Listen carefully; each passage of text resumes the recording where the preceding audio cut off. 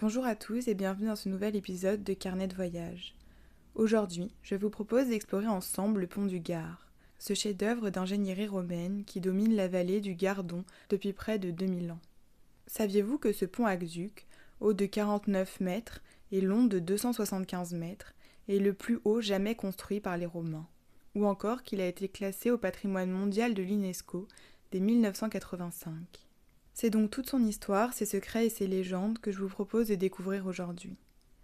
L'histoire du pont du Gard commence au 1er siècle de notre ère, sous le règne de l'empereur Auguste. Construit vers l'an 50, il faisait partie d'un aqueduc de 50 mètres de long, conçu pour amener l'eau de la source d'Eure, près d'Uzès, jusqu'à la ville de Nîmes.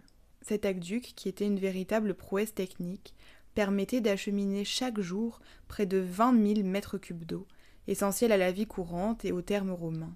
Le pont du Gard, avec ses 3 niveaux d'arcades superposés, a résisté aux crues dévastatrices du Gardon, aux guerres et aux temps, grâce à la solidité de sa construction et à des restaurations régulières depuis le XVIe siècle.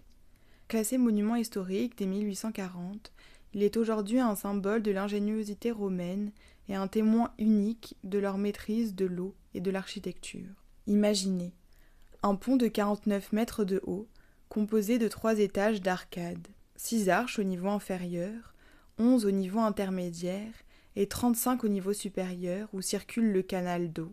Les blocs de pierre calcaire, certaines pesant jusqu'à 6 tonnes, ont été assemblés sans mortier grâce à un système de tenons et de mortaises, et aussi, bien sûr, à une précision de l'ordre du millimètre. Les architectes romains ont adapté sa structure aux crues soudaines du Gardon, d'où la présence de becs en amont des piliers pour briser le courant, mais aussi l'écartement le plus large de l'arche centrale facilite le passage des eaux. Le canal, recouvert de dalles jointives et enduit d'un mortier étanche, témoigne d'une bonne connaissance du courant.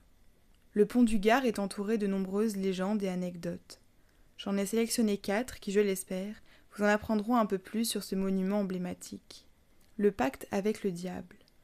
Selon une légende locale, le pont du Gard aurait été construit en une seule nuit, grâce à un pacte passé entre un berger et le diable.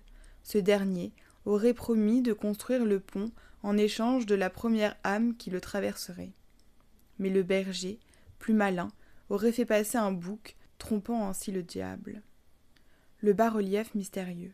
Sur les pierres du pont, vous trouverez de nombreux bas-reliefs, dont un représentant un phallus ailé, symbole de la protection et de la fertilité dans la Rome antique. Mais pour le peuple, un tel ouvrage ne pouvait être que l'œuvre du diable, d'où la persistance de la légende précédente. Les crues du Gardon. Les crues soudaines du Gardon ont souvent mis à l'épreuve la solidité du pont. En 1958, une crue exceptionnelle a emporté des arbres et des rochers, mais le pont du Gard est resté debout, prouvant une fois de plus la robustesse de sa construction. Le mystère autour de sa construction. Aucun texte antique ne mentionne les noms des architectes ou les ouvriers ayant construit le pont du Gard. Leur anonymat ajoute une touche de mystère à ce monument, symbole du génie collectif romain. Le pont du Gard a inspiré de nombreux artistes, écrivains ou cinéastes. Il apparaît dans des films ou des documentaires mettant en valeur le patrimoine romain. Il est aussi un symbole de la région Occitanie, présent sur des timbres, des pièces de monnaie et des affiches touristiques. Chaque année, des expositions et des événements culturels y sont organisés, mêlant l'histoire et la modernité. Aujourd'hui, le pont du Gard est un site touristique, ouvert toute l'année. Vous pouvez le visiter de jour comme de nuit, grâce à ses illuminations en soirée. Vous trouverez aussi à côté un musée qui retrace son histoire et explique son architecture. Aux alentours de ce pont, il y a aussi de nombreux chemins de randonnée qui vous permettront de l'admirer de différents points de vue. Pour les sportifs, il est aussi possible de traverser le Gardon en canoë-kayak, ce qui vous offrira un nouveau point de vue.